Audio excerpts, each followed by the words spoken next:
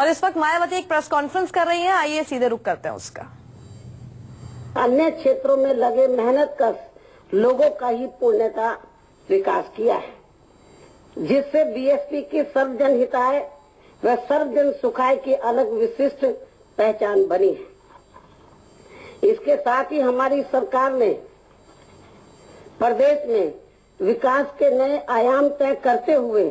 Noida metro train चलवाया, Agra Delhi ताज express way बनवाया, Lucknow metro व अन्य एक्सप्रेस वे के ठोस व बुनियादी कार्य शुरू कराए तथा जनहित एवं जन कल्याण के भी अनेकों ऐतिहासिक कार्य किए हैं, जिनमें से अनेकों कार्यों को प्रदेश की वर्तमान सपा सरकार ने या तो बंद कर दिया है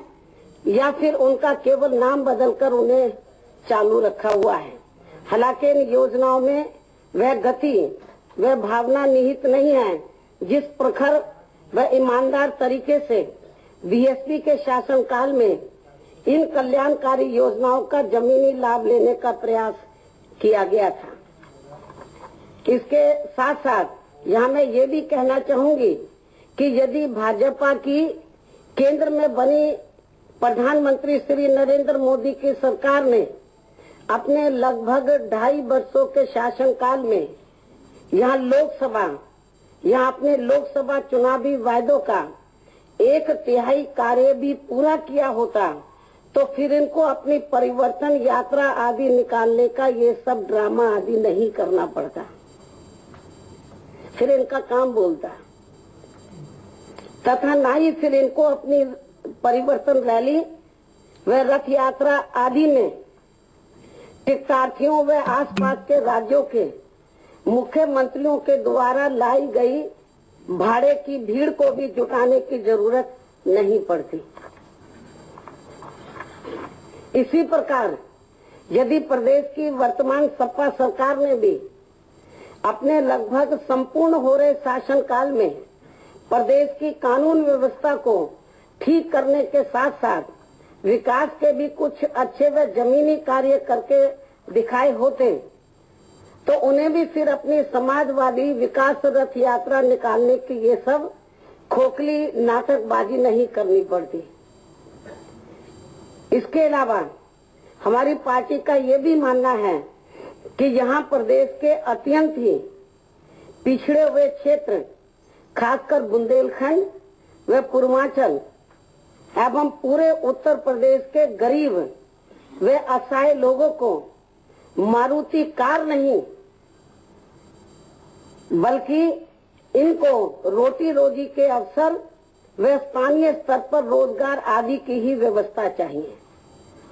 पानी बिजली व स्वास्थ्य सेवाएं आदि चाहिए तथा उन्हें अलग से अपना बुंदेलखंड पूर्वांचल पश्चिमी प्रदेश व अवध प्रदेश का राज्य चाहिए, जिसे भाजपा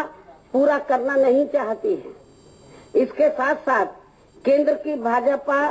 सरकार अपने लोकसभा चुनावी वायदे के अनुसार विदेशों से काला धन वापस लाकर यदि उन्हें 20 से 25 लाख रुपए भी दे दे या इससे भी कम दे दे, 15 से 20 लाख रुपए या 20 से 25 लाख रुपए भी दे दे तो तब वे अपना कल्याण स्वयं ही कर लेंगे और फिर ये लोग अपने लिए एक नहीं बल्कि कई मारुति कार स्वयं ही खरीद लेंगे और अपना छोटा मोटा कारोबार भी शुरू कर देंगे। और अब मैं प्रदेश हित में ये भी कहना चाहूंगी कि वर्तमान उत्तर प्रदेश सपा सरकार के मुखिया को भी अपनी पारिवारिक वर्चस्व व अस्तित्व की लड़ाई में से थोड़ा समय निकालकर अब यहाँ भयंकर हालत में बिगड़ रही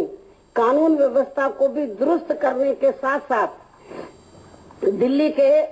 सीमावर्ती जिलों में पर्यावरण प्रदूषण की विकट स्थिति पर भी समुचित ध्यान अवश्य ही देना चाहिए ताकि जनहित की तत्कालिक आवश्यकताओं का कुछ सही काम हो सके।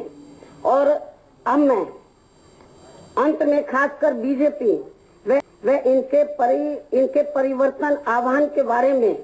यही कहना चाहूंगी कि देश में भाजपा व प्रधानमंत्री श्री नरेंद्र मोदी का परिवर्तन लाने का आह्वान